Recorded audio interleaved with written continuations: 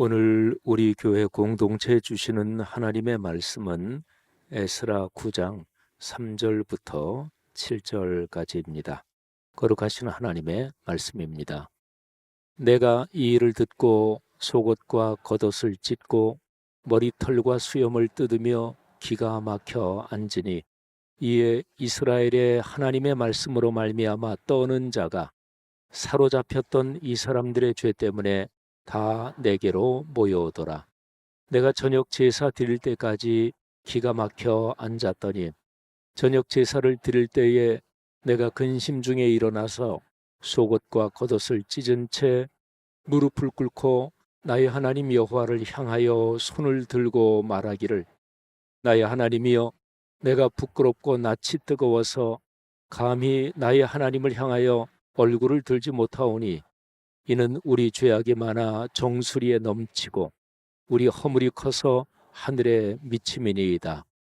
우리 조상들의 때로부터 오늘까지 우리의 죄가 심함에 우리의 죄악으로 말미암아 우리와 우리 왕들과 우리 제사장들을 여러 나라 왕들의 손에 넘기사 칼에 죽으며 사로잡히며 노략을 당하며 얼굴을 부끄럽게 하심이 오늘날과 같으니이다.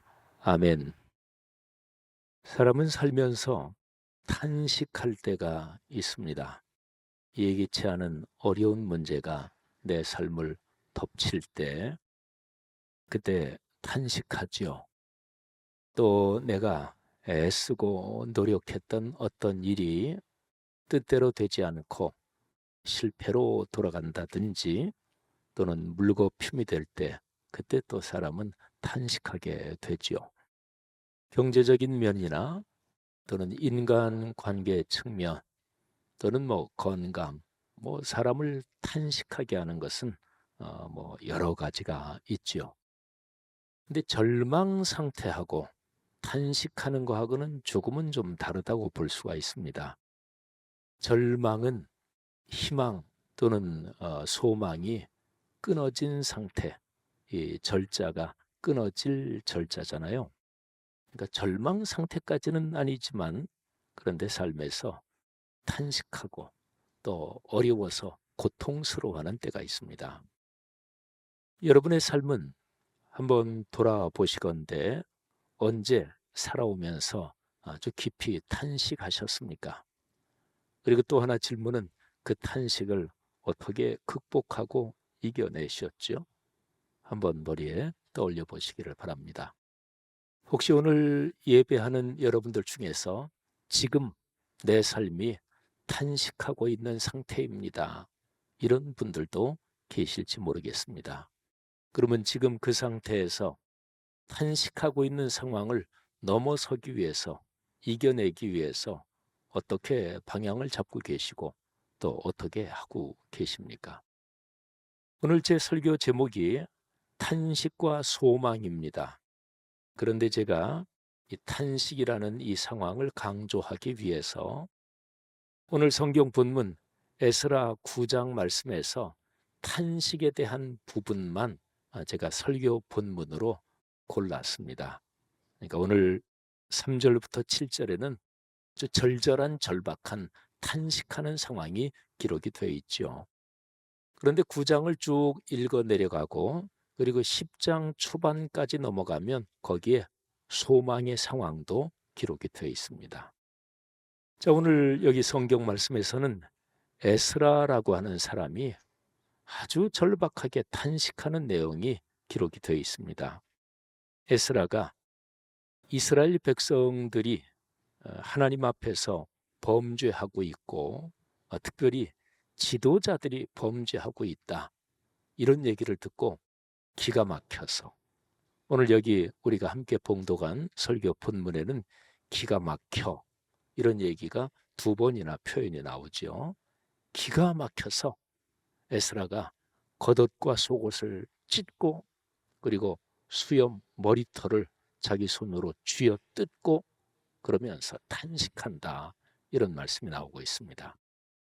에스라의 이런 행동은 아주 처절하게 탄식하는 거죠. 이스라엘 종교 신앙 문화권에서 자기 옷을 찢는다, 그리고 머리털과 수염을 쥐어뜯는다.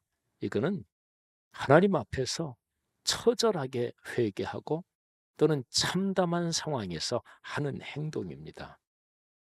에스라가 무슨 내용을 들었을까요? 에스라가 이제 바벨론에서 사실은 높은 관직에 있었고 삶은 안정됐고, 그런데 조국 이스라엘 하나님 신앙을 다시 재건하려고 그 안정된 삶을 내려놓고 예루살렘으로 돌아온 거지요.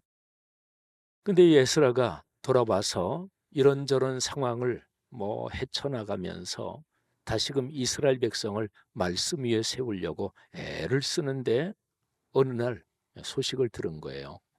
지금 이스라엘 백성 중에서 다른 이방 민족과 결혼한 사람들이 꽤 됩니다.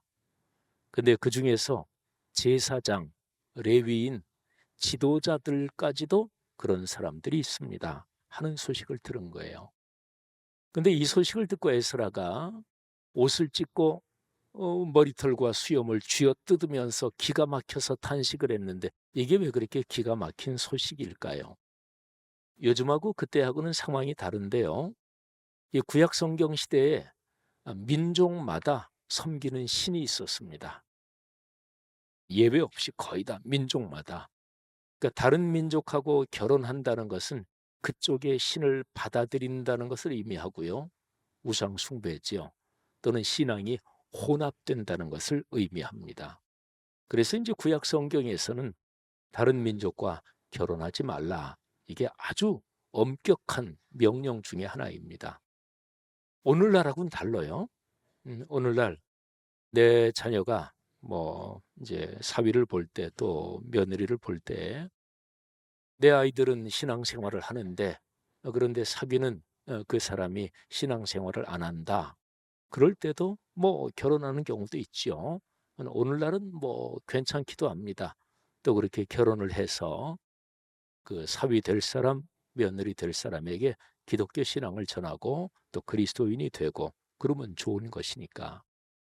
근데 오늘날도 여전히 예를 들어서 우리 믿는 가정에서 내 아들이 내 딸이 누구랑 교제를 하는데 결혼을 하게 되면 내 아들, 딸이 기독교 신앙을 버리게 될 게 거의 확실하다. 그러면 안 되죠. 그죠? 그거를 부모가 뻔히 상황이 보이는데도 네가 선택 아닌 거니까 결혼해라. 그러면 안 되잖아요.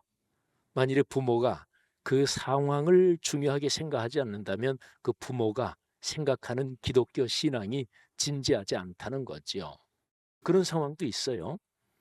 내 아들이 딸이 결혼을 하게 되는데 저쪽 집안이 다른 종교를 가졌다든지 아니면 저 만나는 사람이 나는 절대로 예수 안 믿고 무교입니다. 근데 내 아들 딸이 그쪽에 푹 빠져가지고 나도 결혼하면 교회 안 나간다. 이렇게 될 경우에 그냥 있으면 안 되잖아요. 하여튼 그런 경우는 성경의 이 말씀하고 같이 연관이 된다. 이렇게 볼 수가 있습니다. 아무튼요. 이런 상황 속에서 지금 이스라엘 백성이 망하고 처참하게 초토화되고 그랬던 이유가 하나님을 떠난 것, 구체적으로는 하나님의 말씀을 떠난 것 때문에 그렇거든요. 그런데 지금 지도자가 되는 사람들이 다른 민족하고 결혼을 하면서 하나님을 떠나고 신앙이 혼합되고 타락한다. 이거는 심각한 문제잖아요. 그러니까 이제 에스라가 옷을 찢고 참담한 심정으로 탄식하고 있는 것입니다. 여러분, 이 9장을 쭉 읽어보면 에스라가 저녁 제사 드릴 때까지 탄식하며 앉아 있는데, 그런데 저녁 제사 드릴 때 에스라가 하나님 앞에 기도를 올린 간곡한 절절한 기도가 쭉 9장에 이어지고 있습니다. 근데 기도 내용의 요점은 이런 것입니다. 하나님, 우리 민족이 하나님을 떠났기 때문에, 하나님의 말씀을 떠났기 때문에 하나님께서 우리 민족을 다른 민족의 손에 넘기셨습니다. 여러분, 이 표현이 굉장히 중요합니다. 구약 성경에서는 하나님께서 어느 민족을, 이스라엘 민족도 마찬가지예요.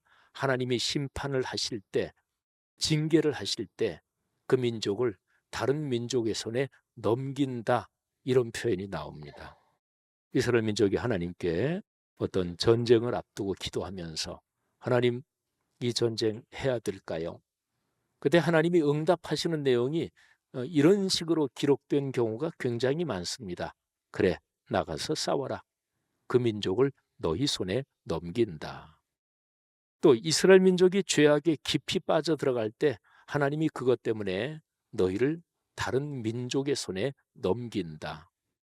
그러니까 다른 민족의 수중에 들어가니까 뭐 죽기도 하고, 그리고 비참하게 살육을 당하고, 나라는 풍비박산이 되고, 이런 거죠. 그러니까 근본적인 죄는 하나님을 떠난 것, 하나님의 말씀을 떠난 것. 그런데 바벨론의 포로로 끌려가서 나라가 완전히 다 망했는데 이제 겨우 돌아와서 조금 회복이 됐습니다. 이거를 오늘 본문 8절 쭉 읽다 보면은 조금 소생했다, 이렇게 기록하고 있습니다. 그러니까 하나님이 은혜를 베푸셔서 좀 봐주셔서 이스라엘 백성이 지은 죄의 값대로 그대로 징계하지 않으시고 좀 봐주셔서 바벨론 포로지에서 돌아오게 하셨고, 그래서 파괴된 성전을 겨우 다시 지었어요. 물론 다시 지은 성전은 솔로몬이 지은 첫 번째 성전하고 비교하면 상당히 초라했습니다. 하지만 어찌됐든지 성전 다시 지었고, 그러니까 겨우 조금 회복됐죠.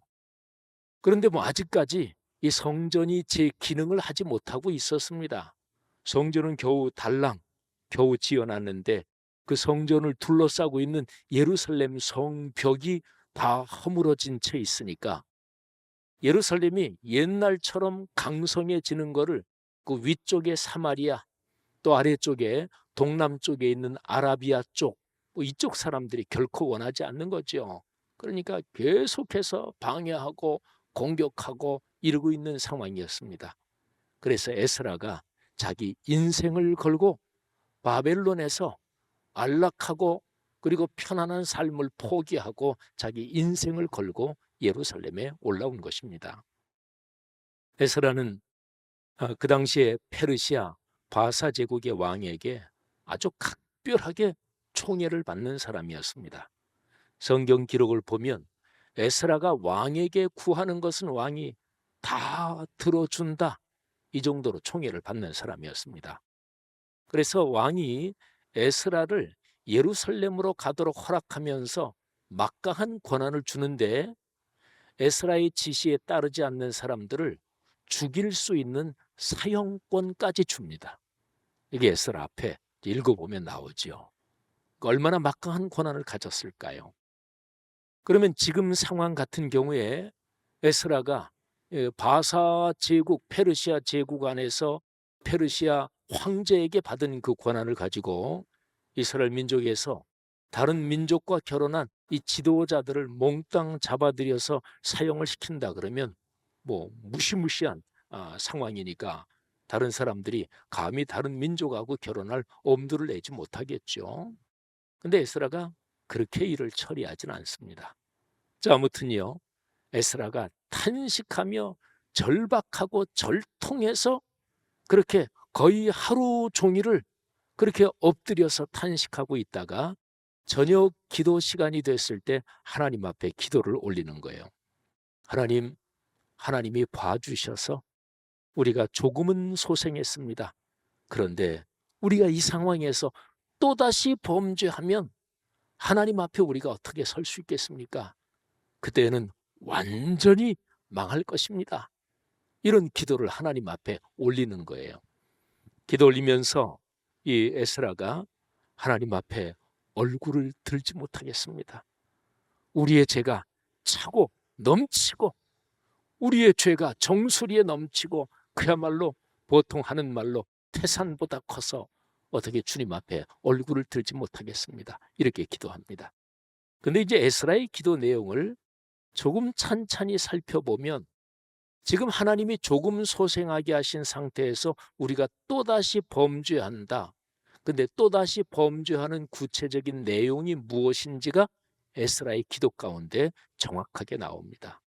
자, 10절 말씀을 한번 들어보십시오. 9장 10절입니다. 에스라의 기도 내용 중에 있는 표현이에요.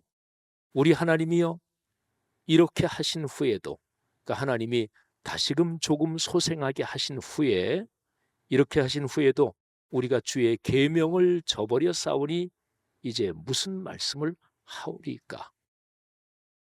하나님이 봐주셔서 조금은 회복됐는데 여기에서 또다시 범죄한다, 그 내용을 하나님의 거룩한 말씀을 저버리고 있습니다. 하나님, 이제 우리가 완전히 회복될 수 없을 정도로 처절하게 망할 수밖에 없는 것입니까? 이렇게 탄식하고 있는 거죠. 자, 조금 내려가서 13절 그리고 14절 그 건너가는 부분에 에스라의 기도가 또 이렇게 이어집니다. 우리 하나님이 우리 죄악보다 형벌을 가볍게 하시고 이만큼 백성을 남겨주셨사오나, 하나님이 봐주신 거죠. 그래서 조금은 소생하고 회복된 거죠. 그런데 14절에 이렇게 이어집니다. 우리가 어찌 다시 주의 계명을 거역하고. 여러분, 아주 명백하죠.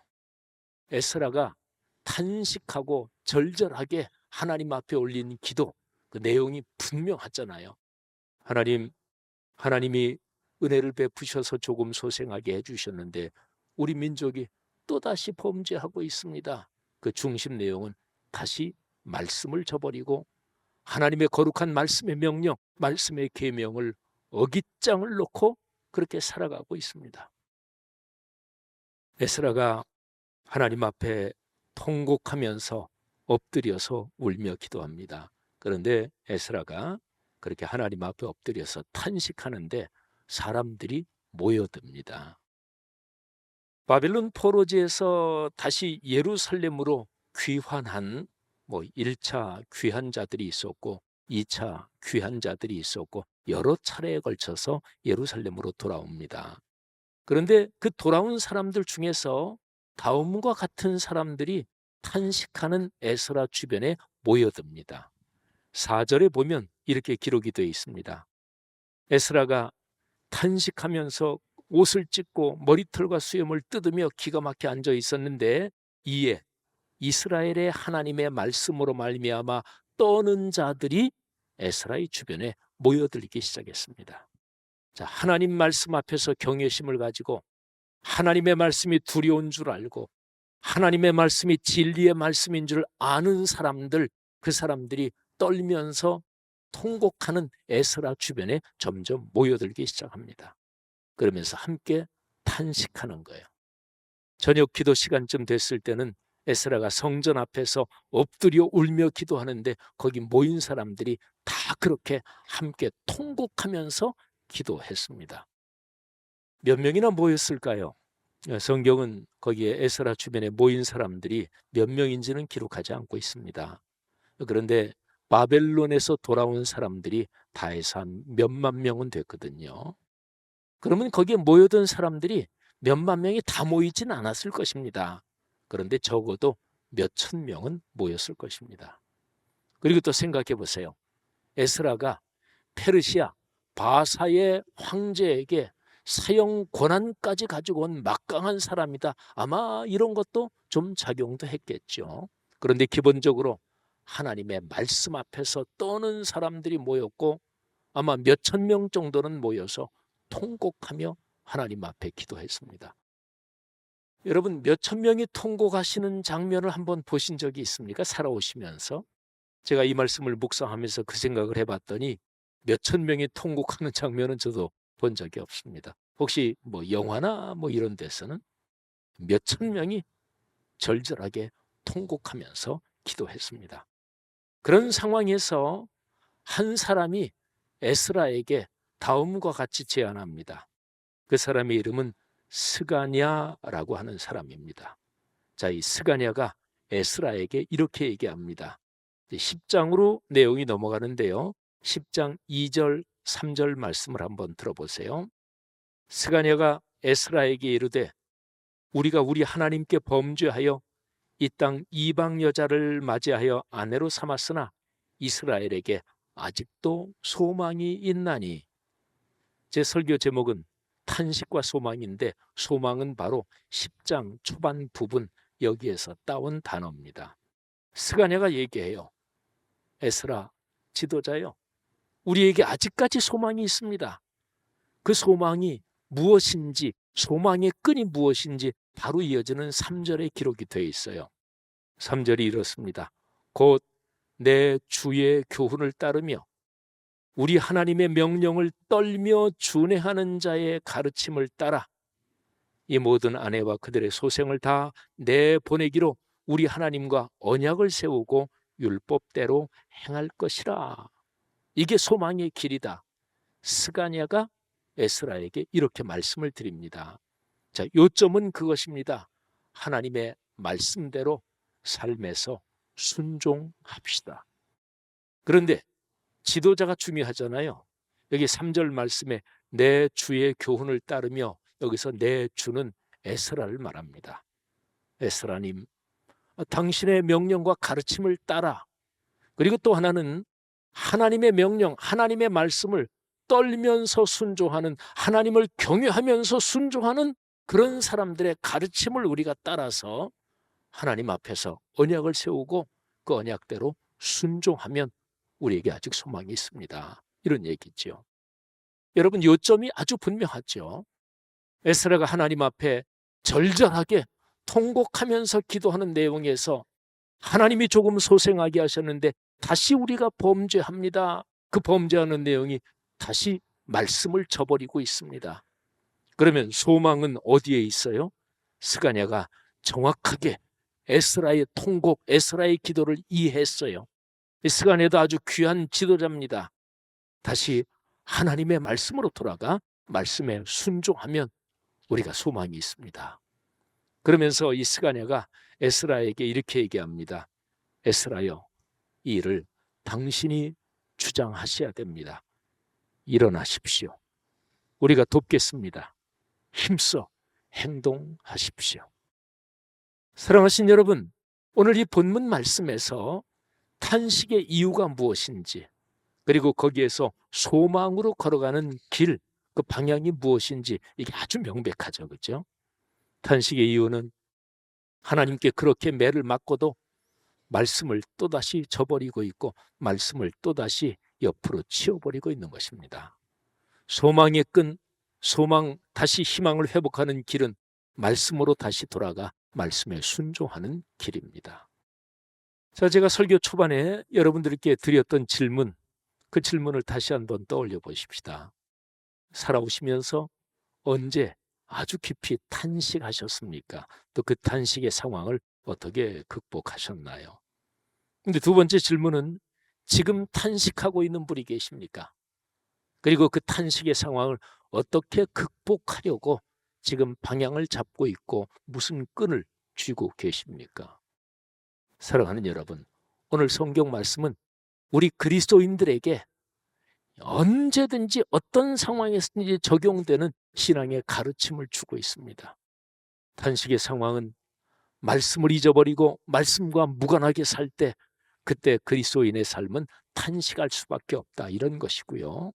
그 상황에서 희망과 소망을 다시금 붙들 수 있는 방법, 그 길은 다시 말씀으로 돌아가 말씀의 길로 걸어가는 것. 이게 바로 회복하는 길이다, 그런 얘기지요.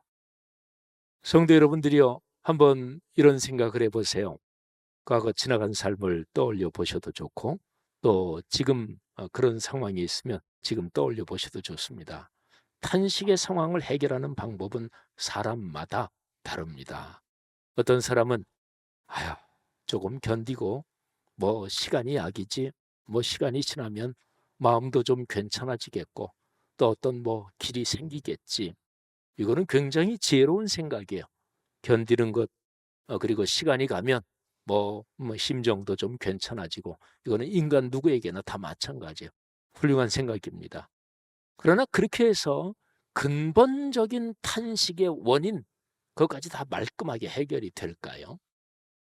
또 탄식의 상황을 인간적인 방법으로 이렇게 저렇게 자신이 생각하는 방법으로 또는 어떤 묘수라고 해서 좀 못된 방법으로 해결하고 싶은 이제 그런 상황도 있죠. 근데 그렇게 해서 내 마음과 영혼에 아주 큰 기쁨이 생기고 내 삶에 탄식하는 상황이 말끔하게 깔끔하게 해결이 되시던가요? 그렇지 않잖아요. 오늘 성경 말씀은 탄식의 상황에서 소망으로 가는 길, 그 끈이 무엇인지 우리에게 분명하게 보여줍니다. 끈 그러니까 옛날 동화 생각이 하나 났습니다. 우리네 옛날 이야기지요. 호랑이하고 뭐 어떤 할머니 집안 얘기가 등장하는, 뭐 어릴 때 들었던 기억 한번 떠올려 보시겠어요? 어떤 호랑이가 어느 집에서는 할머니도 잡아먹고, 그리고 이제 그 집에 있는 오빠하고 동생도 잡아먹으려고 그 집에 들이닥쳤습니다. 그래서 오빠하고 동생이 호랑이가 들이닥쳤으니까 그 우물가에 나무 위로 올라갑니다. 호랑이가 와서 그 나무를 보면서 물어보죠. 야, 너희들 거기 어떻게 올라갔냐? 방법 좀 가르쳐 줘. 그랬더니 오빠하고 동생이, 그래, 부엌에 가면 참기름이 있어. 참기름을 바르고 올라오면 올라올 수 있어. 그래가지고 호랑이가 참기름을 갖다가 바르고 올라가려고 하니까 올라갈 수가 없지요. 올라가다 떨어지고 또 미끄러져 떨어지고. 그러면서 다시 물어보지요. 야, 너희들 거기 어떻게 올라갔니? 방법 좀 가르쳐 줘. 그랬더니 오빠하고 동생이, 헛간에 가면 거기에 도끼가 있어. 그 도끼를 가지고 나무를 이렇게 찍으면서 올라오면 돼. 정답을 가르쳐 줬네요. 그래서 호랑이가 헛간에 가서 도끼를 가지고 찍으면서 이제 올라옵니다. 큰일 났어요. 잡아먹히게 생겼어요. 오빠하고 동생이 기도하지요. 하나님, 하나님, 우리 좀 살려주세요. 우리를 살려주시려거든 튼튼한 동아줄을 좀 내려주세요. 그리고 우리를 살리지 않으시려거든 썩은 동아줄을 내려주세요. 하나님 좋으신 분이니까 튼튼한 동아줄, 살리는 길로 내려주었습니다. 그래서 오빠하고 동생이 동아줄을 붙잡고 올라갔습니다. 호랑이가 나무 위에는 다 올라왔는데 이거 두 녀석이 하늘로 올라가 버렸잖아요. 그래서 호랑이도 조금 전에 들은 게 생각이 나서 또 기도했습니다. 하나님, 하나님, 저를 살리시려거든 썩은 동아줄을 내려주시고, 저를 살리지 않으시려거든 튼튼한 동아줄을 내려주세요. 뭐 하나님은 좋은 분이시니까, 그래, 살리는 방향으로 네가 기도한 대로, 그래서 썩은 동아줄을 내려주셨고 그거를 붙잡고 올라가다가 떨어져서 우물 속에 빠져 죽었다. 뭐 이런 얘기지요. 제가 제 손주한테 얘기를 해주면서, 뭐 옛날 얘기 정확하게 텍스트를 읽은 건 아니고 어릴 때 아는 얘기인데, 그냥 호랑이가 우물에 빠져 죽었다 그러면 호랑이가 할머니를 삼켜버렸잖아요. 할머니를 살려야 되잖아요. 그래서 밑으로 떨어졌다. 그래서 기절을 해서, 그래서 오빠하고 동생이 내려와서 가위로 호랑이 배를 가르고, 그리고 할머니가 나왔다. 뭐 제가 이렇게 좀 고쳤습니다만은 사실 해피엔딩으로. 사랑하신 여러분, 삶에서 어떤 끈을 붙잡고 계세요? 탄식할 상황, 어려운 상황에서 사람이 합리적으로 또는 신앙적으로 생각을 제대로 가지는 거 결코 쉽지 않습니다. 그렇기 때문에 우리는 신앙생활하면서 예배드리고 말씀 묵상하면서 신앙의 제일 중요한 사항들을 사실은 거듭거듭 기억하는 거예요. 탄식할 상황을 벗어나는 길, 그래서 소망과 희망을 그쪽으로 향해서 가며 그 끈을 붙잡는 것은, 그것은 다시 말씀을 기억하고 말씀을 붙잡고 순종하면서 걸어가는 길이죠. 성도 여러분, 여러분의 삶이 그런 탄식의 상황을 넉넉하게 극복하고 소망으로 걸어가는 축복이 있기를 주님의 이름으로 축원합니다. 제가 오늘 설교에 가장 중요한 성경 구절 세 구절을 화면으로 한번 보여드리면서 여러분과 제가 한번 같이 고백하며 읽겠습니다. 자, 첫 번째 성경 구절은 아까 제가 드린 말씀입니다. 에스라 10장 2절 후반부 그리고 3절입니다. 이렇게 하면 우리에게 아직 소망이 있습니다 하고 스가랴가 에스라에게 말씀드리는 그 내용이지요. 자, 한번 화면을 보면서 다 같이 봉독하겠습니다. 하나님께 죄를 지었지만 아직도 이스라엘에 희망은 있습니다. 이제 우리는 하나님의 명령을 두려워하면서 받드는 분들의 권면과 에스라 제사장님의 가르침을 따라서 이방 여자들과 그들에게서 난 아이들을 다 보낼 것을 하나님 앞에서 언약하겠습니다. 율법대로 하겠습니다. 자, 제가 두 구절을 더 말씀드립니다. 구약 성경에 아주 중요한 책이 있습니다. 이사야서입니다. 이사야서가 66장까지 있어요. 근데 성경 전체가 66권이죠. 구약 39권, 그리고 신약 27권. 근데 성경학자들이 이사야서를 연구하면서 이사야서를 크게 두 덩어리로 나눕니다. 1장부터 39장까지. 그리고 40장부터 마지막 66장까지 27개장. 그러면 첫 번째 덩어리 39개장은 구약도 39권이니까 이거하고 숫자가 똑같지요. 두 번째 덩어리 27개장은 신약 27권, 이거하고 숫자가 똑같지요. 그런데 숫자만 똑같은 게 아니라 이사야서 전체 앞에 덩어리 39개장의 내용은 무서운 징계, 책망, 그리고 하나님의 무서운 질책이 거의 전반적으로 이어집니다. 그리고 뒤에 27개장은 소망과 위로와 그리고 축복의 말씀으로 이어집니다. 그래서 성경학자들이 이사야서 66장은 구약과 신약 전체의 구조를 다 담고 있다, 이렇게 이야기를 하죠. 근데 그토록 중요한 이사야 맨 마지막 장 66장, 거기에 무지무지하게 중요한 두 구절이 나옵니다. 그러니까 소망, 위로, 너희가 다시 회복된다, 그렇게 이제 결론이 맺어지는데, 거기에서 그 소망과 회복의 길로 가는 그 방법이 뭐냐? 그게 2절과 5절 아주 중요한 내용이 기록이 되어 있습니다. 자, 한번 2절 내용 먼저 한번 같이 읽어보겠습니다. 거기에 다른 색깔로 기록한 것이 핵심이에요. 2절 다 같이 읽죠. 나 여호와가 말하노라. 내 손이 이 모든 것을 지었으므로 그들이 생겼느니라. 무릇 마음이 가난하고 심령에 통회하며 내 말을 듣고 떠는 자 그 사람은 내가 돌보려니와. 아멘. 자, 5절 말씀을 또 같이 읽겠는데 개역 개정판 성경이 조금 금방 얼른 이해가 안 와서 새번역 성경으로 우리 5절을 같이 읽겠습니다. 주님의 말씀을 떨리는 마음으로 받아들이는 사람들아, 너희는 그의 말씀을 들어라. 너희를 미워하는 백성은 너희가 나의 이름을 부른다고 해서 너희를 따돌리며 이르기를 주가 영광을 드러내어 너희들이 기뻐하는 모습을 우리가 한번 볼 수 있게 하여 보아라 하고 말하나 그들은 수치를 당할 것이다. 아멘. 그러니까 하나님을 믿지 않는 사람들이 하나님을 믿는 사람을 조롱한다는 거예요. 너희가 하나님을 믿는다며? 하나님이 너희의 기도 응답하신다며?